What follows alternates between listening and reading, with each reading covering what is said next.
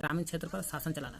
Chapter 3 company का दीवान बन गए, मधुकर कोटे के द्वारा चैप्टर है दूसरा।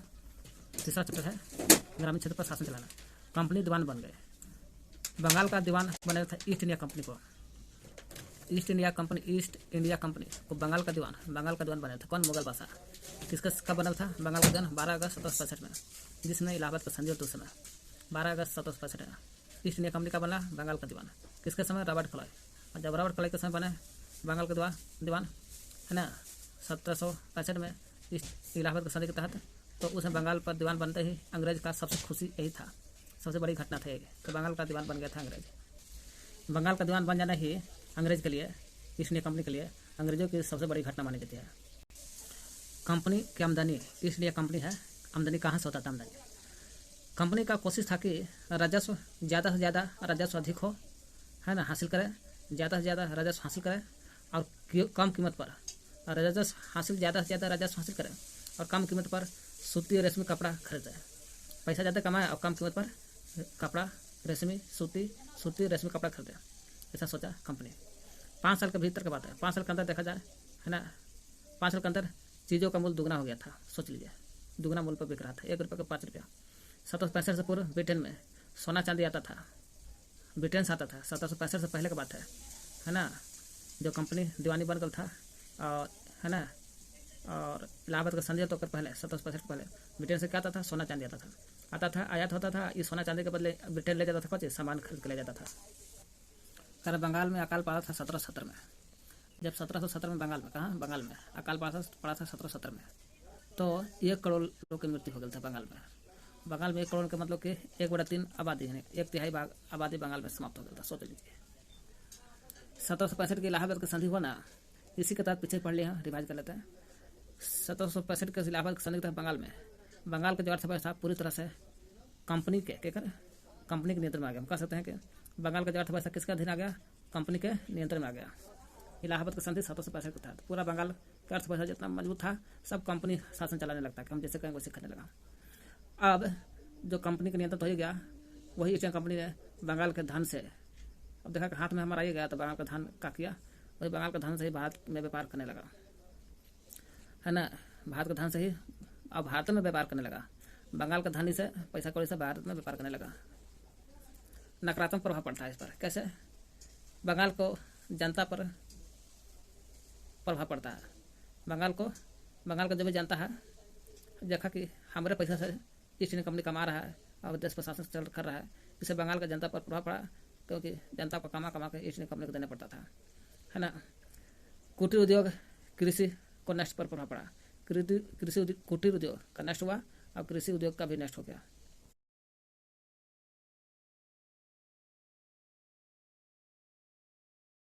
खेती में सुधार की जरूरत है।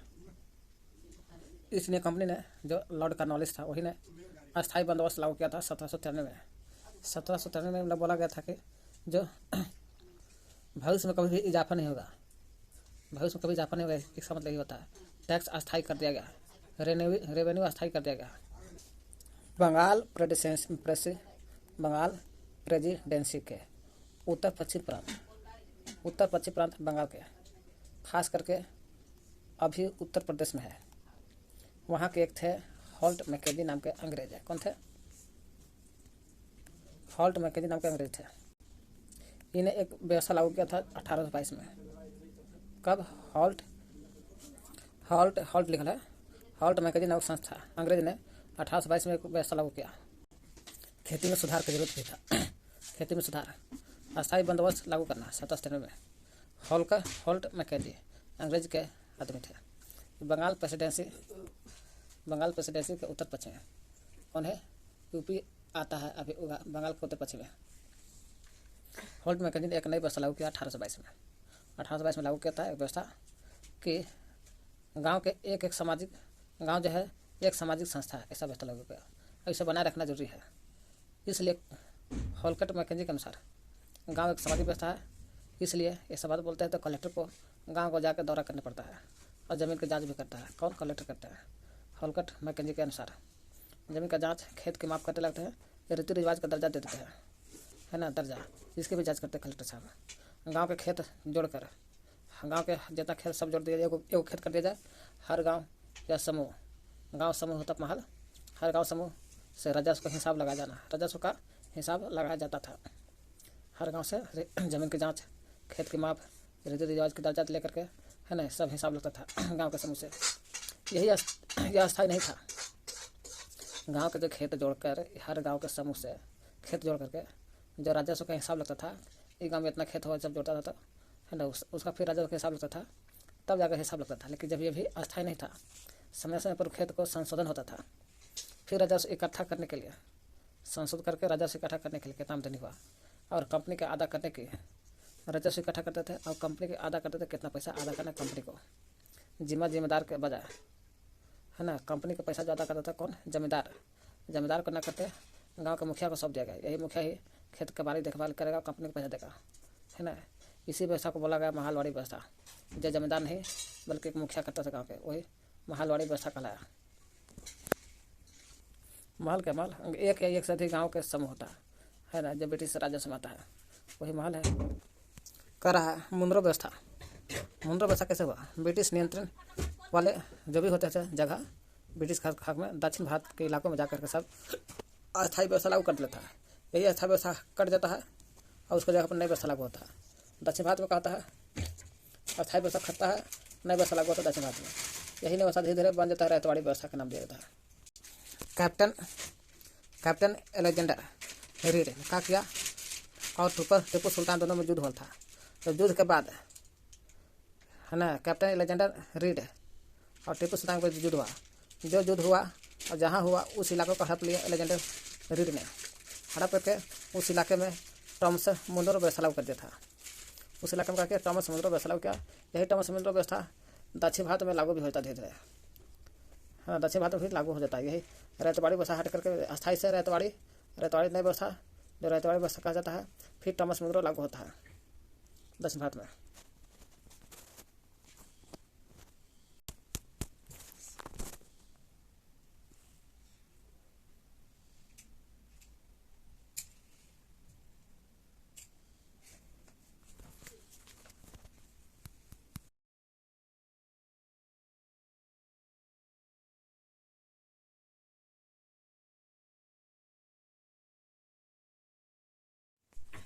अस्थायी बंदोबस्त या जमींदारी 1793 में लागू था, कॉर्नवालिस लागू किया था।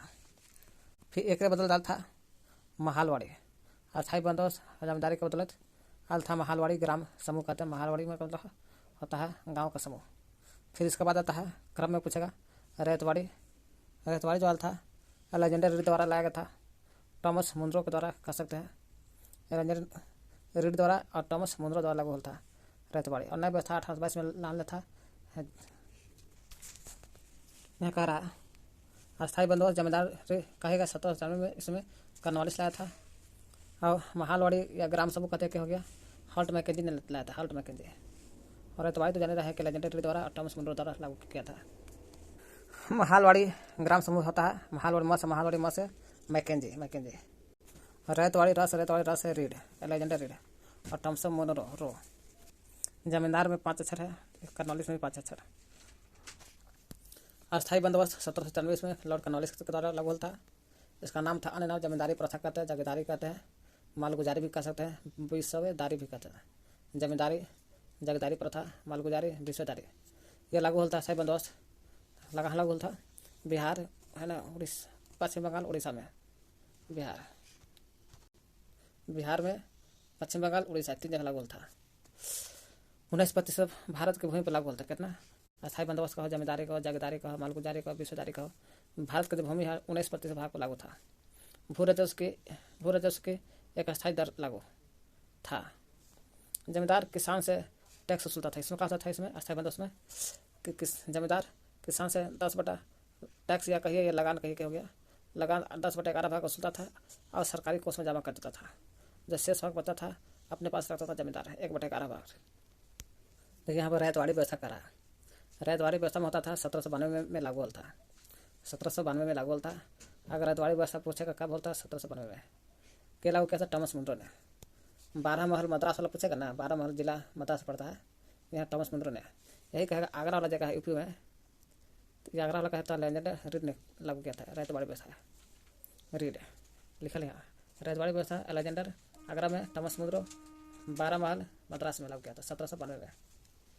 क्या बोलता 1792 में। रैतवाड़ी व्यवस्था में कहा था प्रत्येक पंजीकृत भूमिदार भूमि का स्वामी होता था। भूमिदार भूमि का स्वामी होता था। रैतवाड़ी व्यवस्था में कौन? पंजीकृत व्यक्ति जो सरकार को लगान देता था। पंजीकृत व्यक्ति का होता था रैतवाड़ी व्यवस्था में। पंजीकृत व्यक्ति ही भूमिदार भूमि का स्वामी होता था और सरकार को लगान भी देता था।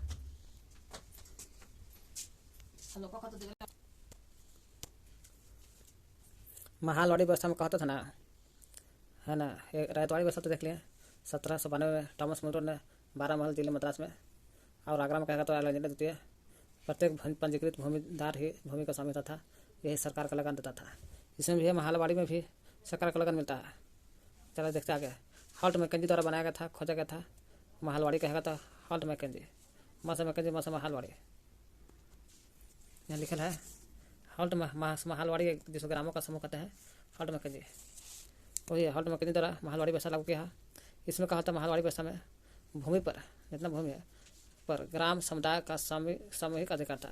ग्राम के समुदाय के जितना है सामूहिक रूप से अधिकार होता था भूमि पर। इससे देखो महालवाड़ी को ग्राम समूह कहा जाता है। महालवाड़ी के जितना सदस्य हैं सबके सदस्य अलग अलग या फिर संयुक्त रूप से लगान देते थे। अलग अलग या फिर अलग अलग से या तो फिर संयुक्त रूप से लगान देते थे। अलग अलग तथा लगान यहाँ के लोग या तो फिर एक जुट होकर यानी एक संयुक्त होकर लगा देते थे महालवाड़ी व्यवस्था में। महालवाड़ी व्यवस्था में एक और चीज़ है 30% भूमि भारत के ब्रिटिश में मिला हुआ था। 30% भूमि ब्रिटिश में मिला दिया था, जबकि अस्थायी बंदोबस्त में 19% भारत भूमि पर लागू होता था अस्थायी बंदोबस्त।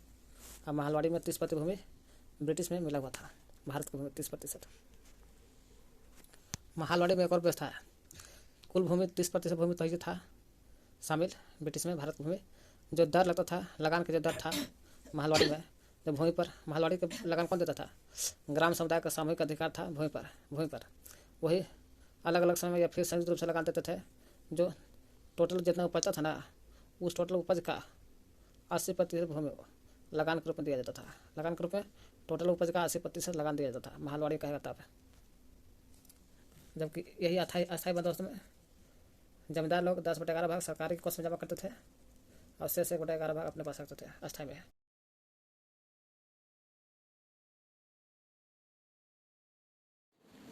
भारतीय नील है। नील का पौधा जो है इंडियन वाला पूछा जाता है। भारतीय नील की जो खेती होता था उष्णकटिबंधीय में होता था। यही उष्णकटिबंधीय है ना 0 डिग्री 60 उत्तर तक है ना उष्णकटिबंधीय में होता है। 13वीं सदी तक इटली भारतीय नील का जो होता है 13वीं सदी में प्रयोग करता था। कौन कौन? इटली फ्रांस ब्रिटेन करते थे। लेकिन कुछ मात्रा में यूरोप में भी होता था, ठीक ना। यूरोप में होता था नील खेती कुछ मात्रा में होता था। इसलिए यूरोपीय कपड़ा उत्पादक जितना थे ना सबके सब बैगनी और नीले रंग का बनाने के लिए यूरोप के कपड़ा उत्पादक लोग बोर्ड नाम का पौधा है। कहा ये बोर्ड एक नील का पौधा है। इसी पर निर्भर रहते थे यूरोप के लोग। बोर्ड जो होता था है ना उष्ण के बाद शीतोष्ण आता। शीतोष्ण नाम के जगह पर उगता था यूरोप में बोर्ड पौधा है ना। तो बोर्ड पौधा यूरोप में उगता है। शीतोष्ण पौधा में शीतोष्ण में उगता है इटली उत्तरी पूरा इटली नहीं इटली उत्तरी इटली दक्षिणी फ्रांस जर्मनी ब्रिटेन। उत्तरी इटली दक्षिणी फ्रांस जर्मनी ब्रिटेन ये सब निर्भर रहता था बोर्ड नाम के पौधा पर। और शुरू इटली फ्रांस ब्रिटेन जो था भारतीय पौधा पर निर्भर रहता था। इटली फ्रांस ब्रिटेन जब बाद में इंडिया का आयात कम होने लगा यूरोप में बनने लग गया तब बोर्ड नाम के पौधा से इन लोग शीतोष्ण में उगने वाला पौधा था बोर्ड है ना। इसे इटली फ्रांस जर्मनी ब्रिटेन अपनी खेती करने लगा। जैसे कैरिबियन द्वीप समूह में सेंट डोमिंगो एक जगह है। कहाँ जगह है? डोमिंगो तो कैरिबियन में। यहाँ फ्रांसीसियों ने नील की खेती करने लगा। ब्राज़ील में पुर्तगाल लोग, जमैका में ब्रिटिश लोग और वेनेजुएला में स्पेनिश लोग खेती करने लगे। 17वीं सदी में नील खेती करते थे भारतीय नील को बैन लगा करके। कैरिबियन में एक जगह डोमिंगो वहाँ फ्रांसीसी, ब्राज़ील में पुर्तगाल लोग, जमैका में ब्रिटिश, वेनेजुएला में स्पेनिश लोग करते थे नील खेती 17वीं सदी में। नील का जब बगान जो बना था नील का बगान अमेरिका में बन गया था। उस समय इतना खेती होने लगा नील के बगाने बन गया अमेरिका में। एक विशाल खेत है बगान का मतलब होता है एक विशाल खेत होना है ना जिस पर वहाँ के माली लोग जबरदस्ती नील खेती कराते थे। कॉफ़ी, गन्ना, तंबाकू, चाय, कपास ETC का बागान हो गया था। नील के खेती के साथ साथ बागान का मतलब सभी आ गया, कॉफ़ी, गन्ना, तंबाकू, चाय, कपास सब इस बागान में जिक्र किया गया है। कह रहा 18वीं सदी में बंगाल में खेती होता था, नील की खेती, ठीक ना।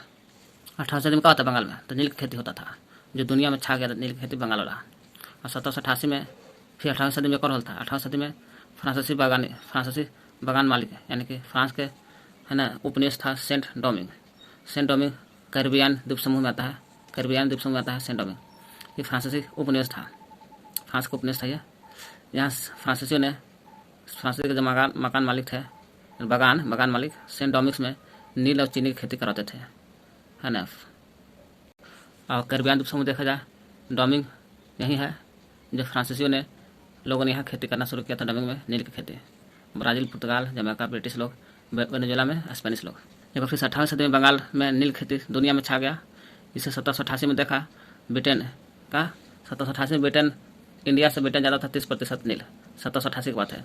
लेकिन 1810 में हो जाता है ना, 1810 में हो जाता है 95% भारत से इंग्लैंड जाता है, ब्रिटेन में जाता है नील उत्पादक होकर के 95%।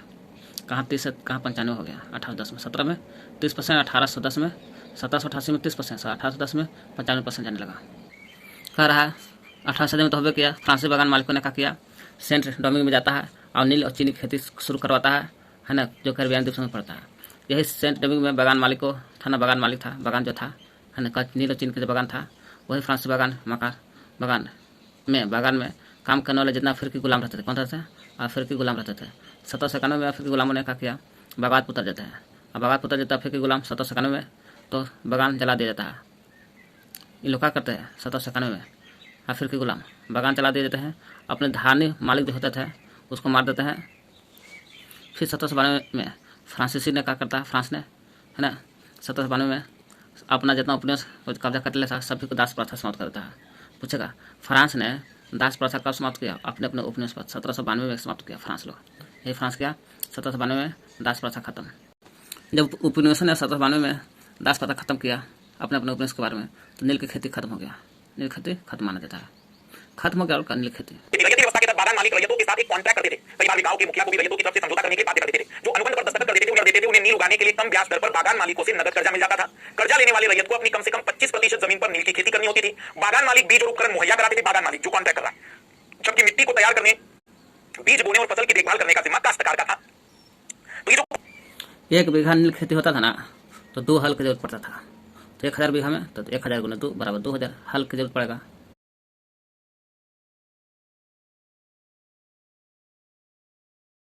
नील विद्रोह चैप्टर 3 का है।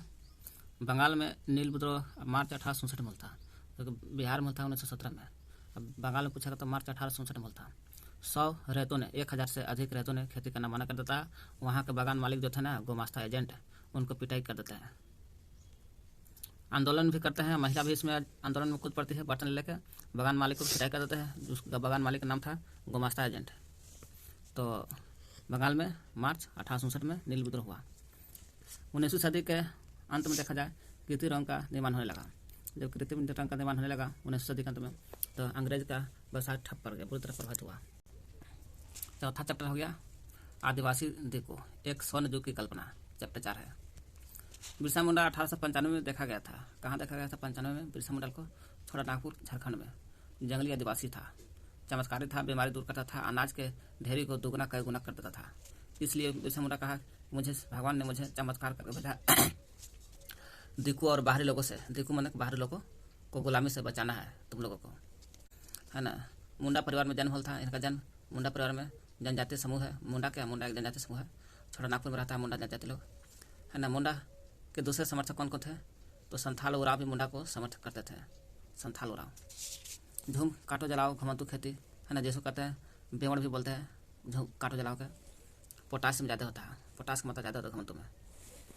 प्रति कुछ समय के लिए खेती को छोड़ देना ताकि उसमें उर्वरक शक्ति बढ़ जाए। साल एक पेड़ है, साल एक पेड़ है।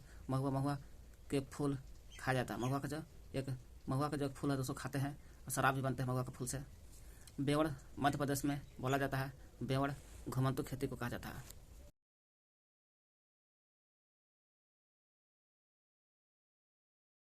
खोंड समुदाय उड़ीसा में रहते हैं। खोंड कहाँ रहते हैं? उड़ीसा के खोंड समुदाय। टोली बनाकर शिकार करते हैं, जंगल के फूल फल खा के जड़ खा के रहते हैं, जंगल के फल फूल जड़ खाते हैं। खाना पकाने के लिए खोंड समुदाय उड़ीसा के लोग साल और महुआ के जो बीज होता है, साल के बीज और महुआ के बीज के से तेल निकाल के खाना बनाते थे, जलाते थे साल महुआ के बीज से। खोंड लोग अपने इलाज के लिए जड़ी बूटी का इस्तेमाल करते थे, है ना। खोंड लोग ने कपड़े और चमड़े की जो रंगाई करते थे, कपड़ा और चमड़ा की रंगाई कुसुम और पलाश का जो फूल होता है, कुसुम पलाश के फूल से कपड़ा चमड़ा की रंगाई होता था और खाना बनता था साल महुआ के तेल से। खोंड के बहुत सारे समुदाय मध्य भारत में रहते थे, मध्य भारत में यहाँ पर भी रहते थे, है ना। जो यहाँ बैगा जनजाति रहता था, खोंडे समुदाय के बैगा जनजाति मध्य भारत में रहता था। यही बैगा जनजाति मध्य भारत के बैगा जनजाति औरतों के लिए काम करने से कतराते थे, कहाँ औरत का काम नहीं करेंगे, ऐसा बैगा जनजाति बोलते थे। खुद को संतान जंगल का संतान मानते थे, खुद को जंगल का संतान मानते थे और जंगल के उपज पर जिंदा रहते थे। जो भी जंगल करेगा खाएंगे वही पिएंगे, नहीं तो मर जाएंगे। मजदूरी करना बैगा जनजाति अपने आप को अपमान समझते थे, हमको अपमान हो जाएगा। कुछ जनजाति के नाम याद करना, ठीक ना। जैसे पूछेगा कि माला या इरूर कहाँ है, केरल के क्या है, केरल का है माला इरूलर कहाँ है, तो केरल के। फिर आइए बंजारा कहाँ के है, तो बंजारा ये मध्य नहीं है, महाराष्ट्र का है, महाराष्ट्र का बंजारा। फिर इधर आइएगा वान गुजर्स या राठवा ये कहाँ के है, तो गुजर्स तो गुजरात के, गु से गुजरात और राठवा भी गुजरात। भील देखा जाए तो राजस्थान के भील है, भील राजा सहरिया राजस्थान में, भील सहरिया और भील हो गया सहरिया राजस्थान में। गड्डी देखा जाए गद्दी कहाँ के है, वन गुजर कहाँ है, वन गुजर गुजरात के। अच्छा ये कौन सा एरिया है, पंजाब के, हिमाचल प्रदेश एरिया कहाँ है, हिमाचल प्रदेश कहाँ का हो गया। गद्दी और गुजर कहाँ का है, हिमाचल प्रदेश का हो गया। लेकिन गद्दी वन गुजर गुजरात का भी है और हिमाचल प्रदेश का भी है। फिर आते हैं भोटिया कहाँ के, उत्तराखंड के। भोटिया कहाँ हो गया, उत्तराखंड के भोटिया हो गया, उत्तराखंड का भोटिया। फिर आते हैं इधर बैगास बंजारा गोंड, मध्य प्रदेश का दिया है। मध्य प्रदेश में कौन कौन है, बैगास बंजारा गोंड मध्य प्रदेश में। बंजारा पूछेगा तो महाराष्ट्र का भी बंजारा है और मध्य प्रदेश का बंजारा है। फिर इधर आते हैं संथाल मुंडा उराव, झारखंड के एरिया। कौन सा एरिया है, ये झारखंड का हो गया। संथाल मुंडा हो गया, है ना। उराव कहाँ का हो गया, संथाल मुंडा उराव सब कहाँ के है, झारखंड के। और बगल में होगा संथाल है ना, पश्चिम बंगाल का भी संथाल हो जाएगा। फिर है पराजा बोंडा काढ़ा कोया सौरा खोंड। पराजा बोंडा गाढ़ा कोया सौरा खोंड, ये सब उड़ीसा का है। खोंड के बारे में भी पढ़े। टोली बना करके साल महुआ के वृक्ष से क्या करते हैं, बीज के तेल से खाना बनाते थे। कुसुम पलाश के फूल से चमड़ा और कपड़े के रंगते थे खोंड लोग। इधर कोया बंजारा गोंड ये कहाँ के है, आंध्र प्रदेश के। कौन सा एरिया, आंध्र प्रदेश हो गया। तो बंजारा देखा जाए तो महाराष्ट्र का भी है और मध्य प्रदेश का भी है, बंजारा तीनों के है। लेकिन गोंड कहेगा तो हिमाचल प्रदेश में बैगास मारिया गोंड, हिमाचल का है, छत्तीसगढ़ का बैगास मारिया गोंड छत्तीसगढ़, और गोंड भी छत्तीसगढ़, गोंड भी आंध्र प्रदेश का भी आंध्र प्रदेश छत्तीसगढ़ दोनों के गोंड है। देखिए हजंग, ये हजंग हो सकता है तो आपको पश्चिम बंगाल का है, संथाल भी और झारखंड का भी है, और हजंग देखा पश्चिम बंगाल का है। आगे नेक्स्ट है खासी गारो खासी नागालैंड के है, और औपाटी नीस अरुणाचल प्रदेश के है, औसापाटी नीस अरुणाचल प्रदेश। खासी असम का हो गया, खासी मेघालय का भी है, खासी मेघालय असम दोनों के है खासी। रियांग देखा जाए कौन सा एरिया है, रियांग देखा जाए तो मिजोरम कहाँ का समझ जाए, मिजोरम और त्रिपुरा दोनों के है। पंजाब के पहाड़ पंजाब के तो रहने वाले गुजर रहते थे, गुजर यही पंजाब में यहाँ पहाड़ है, एरिया है, तो गुजर जनजाति यहाँ रहते हैं लोग। तो पंजाब के पहाड़ी लोग गुजर जनजाति है ना। आंध्र प्रदेश का लबाड़िया आंध्र प्रदेश में है, जो गाय भैंस पालते थे। कहने का मतलब कि आंध्र प्रदेश का लबाड़िया और पंजाब के गुजर ये दोनों मिलकर गाय भैंस पालते थे। कुल्लू के गद्दी समुदाय कुल्लू घाटी में रहते थे, कर्नाटक में। यहाँ गडरिया रहते थे जो गडेरी चलाते थे। कश्मीर के बकरवाल कहाँ है, कश्मीर के जो बकरी पालते थे। कश्मीर के बकरवाल जो बकरी पालन करते थे। 19वीं सदी में देखा जाए जनजाति लोग जैसे न कबीले लोग टिक कर खेती करने लगे थे। एक जगह टिक कर खेती करने लगे थे जनजाति लोग। कब? 19वीं सदी में। 1906 में संग्राम। 1906 में कौन किए थे विद्रोह? तो संग्राम ने। कहाँ था? असम में। और 1930 के तो दशक में मध्य प्रांत में विद्रोह होने लगा था। असम वाला क्या था? संग्राम ने किया था 1906 में, जिसमें मुस्लिम लीग की स्थापना होती उसी समय। ये जंगलों में रहने वाले आदिवासी का विद्रोह है साहब, ठीक ना। संथाल लोग जो थे हजारीबाग के आसपास झारखंड में रेशम के कीड़े पालते थे, रेशम कीड़ा। 1920 में देखा जाए झरिया रानीगंज कोयला खदान था। क्या चीज़ कोयला है? रानीगंज, झरिया और रानीगंज अभी झारखंड में पड़ गया, पहले बिहार था। कोयला का खदान था। कब? 1920 में। यहाँ 50% अधिक आदिवासी लोग ही काम करते थे और प्रतिवर्ष 2000 लोग से ज़्यादा मारे जाते थे आदिवासी। कोल विद्रोह कब होता था? कोल आदिवासी ने किया था कोल विद्रोह 1831-32 में। 31-32 में। 55 में होता संथालों ने संथाल विद्रोह किया था 1855 में। छत्तीसगढ़ में बस्तर विद्रोह होता था। बस्तर विद्रोह मध्य प्रांत में छत्तीसगढ़ में 1910 में था। 1910 में। तो महाराष्ट्र में होता महाराष्ट्र में वर्ली विद्रोह 1940। 30 वर्ष बाद जब छत्तीसगढ़ में बस्तर विद्रोह होता है तो 30 वर्ष बाद वर्ली विद्रोह होता है 1940 में महाराष्ट्र में वर्ली विद्रोह। और बिरसा मुंडा ने भी विद्रोह किया था। इसी प्रकार का विद्रोह था जो आदिवासी से संबंधित था। बिरसा मुंडा विद्रोह।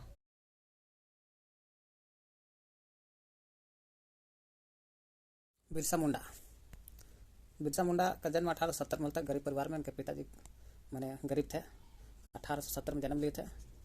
भेड़ बकरी, बांसुरी बजाना, अखाड़ा लड़ना, नाच गीत गाते चलते थे और बांसुरी बजाते थे। बांसुरी स्थानीय मिशनरी स्कूल में ये पढ़ने गए तो उन्होंने उपदेश सुना। स्थानीय मिशनरी स्कूल में क्या उपदेश सुने कि अगर बिंडा समुदाय के जो है बिंडा समुदाय के जो भी लोग हैं वो स्वर्ग का साम्राज्य हासिल कर सकता है। तो कैसे? यही बात सुने मिशनरी स्कूल में। और खोए हुए अधिकारी को भी पा सकता है। अधिकार जो है बिरसा मुंडा को पा सकता है। और कब खोए हुए अधिकार को पा सकता है बिरसा मुंडा लोग? और स्वर्ग का साम्राज्य बन सकता है। कैसे बनेगा? अगर अच्छे ईसाई बन जाता है तब। कौन? मुंडा लोग। अपनी खराब आदत छोड़ देगा तब मुंडा लोग। तो ये सब साम्राज्य बन जाएगा, स्वर्ग का साम्राज्य बन जाएगा, अधिकार मिल जाएगा। यही सब सुना। तो बिरसा मुंडा वैष्णव धर्म का प्रचार करता था। वैष्णव धर्म का पूछेगा किसका प्रचारक था? तो वैष्णव धर्म का। फिर 1870 में जन्म लेता है। 1895 में गिरफ्तार हो जाता है और लोगों को हड़काता भी 95 में। हड़काने कारण 95 में हड़काने कारण गिरफ्तार हो जाता है 95 में। 97 में 2 वर्ष बाद जेल से छूट जाते हैं। 97 में छूटते हैं तो फिर लोगों को उकसाने लगते हैं और उकसाने के बाद प्रतीक भाषा का प्रयोग करते हैं। कौन? प्रतीक और भाषा का प्रतीक और भाषा दोनों का प्रयोग करने लगता है। लोगों को प्रतीक के माध्यम से और अपनी भाषा के माध्यम से उकसाने लगे। कौन? बिरसा मुंडा। जब उकसाने लगते हैं तो इससे लोग रावण का मतलब होता है बिरसा मुंडा बोला। क्या बिरसा मुंडा बोला?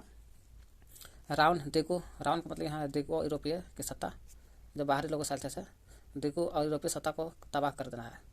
यही रावण के तबाह कर देना ऐसा ठान लेता है ना। उकसाते फिर बिरसा मुंडा का जितना अनुयायी देखो लिखा है। देखो यूरोपीय सत्ता के प्रतीक का निशाना बनाने लगते हैं। देखो यूरोपीय सत्ता का निशाना बनाने लगते हैं, मार कर भगाना शुरू करते हैं। इसलिए पूछेगा तो बिरसा मुंडा का प्रतीक कैसा है? सफ़ेद का प्रतीक है। कैसा प्रतीक पूछेगा तो सफ़ेद झंडा है जी। सफ़ेद झंडा का प्रतीक है। 70 में जन्म लेते हैं। 1870 में फिर 1900 में आते बेचारे मर जाते हैं। 97 में जेल से छूटते हैं। 1900 में जेल से मर जाते हैं और मृत्यु हो जाता है। मरने के बाद 1900 में आंदोलन खत्म कमजोर हो जाता है। ध्यान देना है बिरसा मुंडा का जन्म 1870 में देगा 75 में देगा। मेन है कि 17 मारना है ना। 75 तो 75 मार देना है। बाकी तो बिरसा मुंडा अपने आप को स्वयं का भगवान मानते थे, ठीक ना। क्योंकि बिरसा मुंडा जो कहते थे कि हम ही को भगवान को उतारो को भेजे हैं, पीछे पढ़ लीजिएगा है। और इनके अनुयायी तो देखो यूरोपीय सत्ता का अधिकार का प्रतीक को निशाना लगाने लगे थे, है ना। चलिए 1900 में मृत्यु हो जाता है।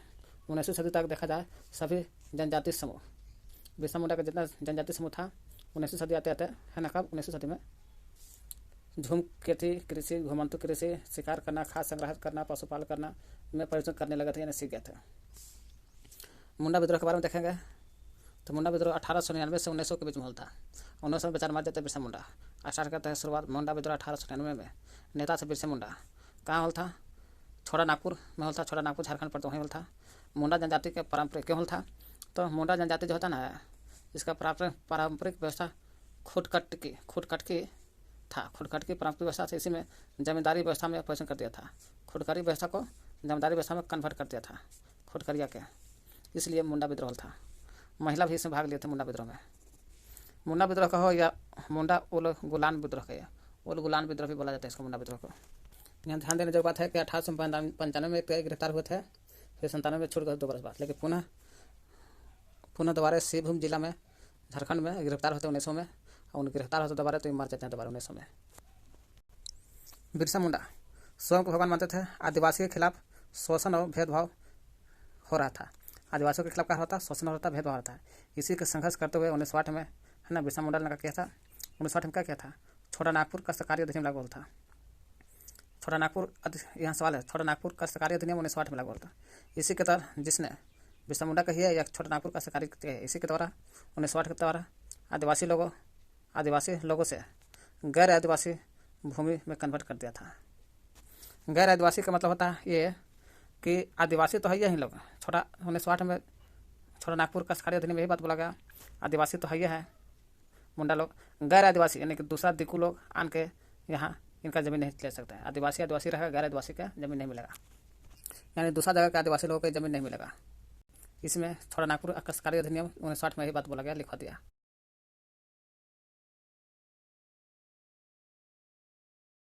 चैप्टर नंबर 5 है, चैप्टर 5 हो गया। पेशवा बाजीराव पेशवा था। एक दातक पुत्र कौन थे, नाना साहब थे। नाना साहब ईस्ट इंडिया कंपनी से कहा, जब मेरे पिताजी मर जाएंगे तो उनका पूरा पेंशन हमको मिलना चाहिए। ऐसा बाजीराव बोलते हैं कि बेटा, और दातक पुत्र नाना साहब बोलते हैं। और रानी लक्ष्मीबाई चाहती थी कि मेरे पति के मरने के बाद मेरे बेटे को राजा बनाया जाए, ऐसा सोचा था, ईस्ट इंडिया कंपनी से कहा। इससे पता चलता है कि 18वीं सदी में राजाओं और नवाबों का जो शक्ति था, ताकत छीना गया 18वीं सदी में। अवध के रियासत ऐसा रियासत था, अंग्रेज द्वारा लिया गया कब्जे में सबसे लास्ट रियासत माना जाता है। अंग्रेजों के कब्जे में लिया जाने वाला आखिरी रियासत अवध का रियासत था। कब लिया था, 1856 में। 1801 में सहायक संधि थोपे दिया जाता पहले अवध पर। सहायक संधि थोपे 1801 में, 1856 में अंग्रेज डलहौजी के समय ले लिया जाता है। फिर ईस्ट इंडिया कंपनी ने मुगल बादशाह का नाम जो है सिक्का पर होता था, इसको हटा देता है, इसको हटा करके और मुगल बादशाह का नाम हटा देता है। कौन, डलहौजी हटाता है ईस्ट इंडिया कंपनी। फिर 1849 में, 56 में तो अंग्रेज ले लिया था, 1849 में कौन बोला, डलहौजी बोलता है 1849 में कि बहादुर शाह जफर जो है इनकी मृत्यु हो जाएगा। 1849 में डलहौजी बोलता है कि 1849 में बहादुर शाह जफर की मृत्यु हो जाएगा तो इनके परिवार को, मैंने बहादुर शाह के जब भी परिवार होंगे, लाल किला से निकाल दिया जाएगा और निकाल कर दिल्ली के कहीं और जगह बसा दिया जाएगा, डलहौजी बोलते हैं 1849 में। फिर 1856 में, जिस समय अंग्रेजों ने डलहौजी के समय अवध को अंतिम रूप से लिया था, अवध को अंग्रेजी में राज में मिला लिया था 1856 में, सहायक संधि 1801 के तहत। तो वही 1856 में कैनिक कहा। कैनिक बाद बोलता है बहादुर शाह जफर जो है आखिरी मुगल बादशाह होंगे, आखिरी, है ना। बहादुर शाह जफर का मरने का बादशाह खत्म नहीं होगा, बादशाह रहेगा, लेकिन उसको जगह पर राजकुमार का मान्यता मिलेगा, राजकुमार का। कौन बात बोलता है, लॉर्ड कैनिक 1856 में। इतना रणनीति लगाते हुए अंग्रेज मुगल बादशाह भारत के राजाओं को कमजोर करती जा रही थी।